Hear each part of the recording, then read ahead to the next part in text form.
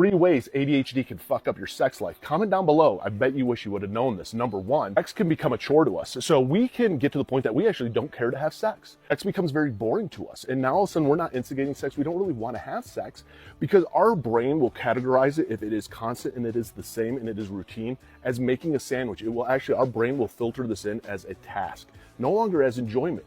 Now, as a partner, especially not neurodivergent, you feel unwanted, unlovable, ugly. It starts to really crack out a foundation of a relationship, and you don't realize that because of how our brains can actually sort out sex. Number 2, we can be hypersexual. We can become all of a sudden out of the blue a lot, and we want sex and we want to have it with you, and we can become all about it, and we don't take rejection very easily.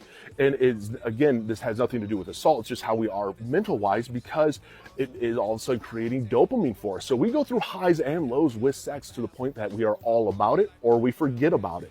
And that for a lot of people is very hard adjustments, because it isn't paced. It isn't just 50-50. It isn't always right here. It's either all or nothing. And that could throw a lot of people off. And the last one, a lot of people with ADHD actually have orgasm struggles. And the reason is there's focus that goes into an orgasm. And guess what? Overstimulation can make it a struggle. Your brain drifting can make a struggle. If you forget your meds, it can make a struggle. So you almost have to be in the right mindset to have an orgasm. And it is sometimes difficult.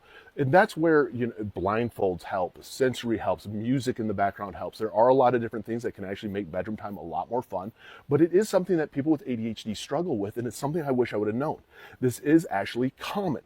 And it's important to actually converse and talk to your partner about it so that they understand, especially if they're not ADHD, of where you're at, and to always constantly kind of be changing it up and switching it up a little bit. And if there are any struggles, to definitely communicate about it. And it is a game changer for a lot of relationships. And it's something that I wish I would have known. I got diagnosed ADD at 13, re-diagnosed ADHD at 17. This is back in the 90s and before they knew any of this.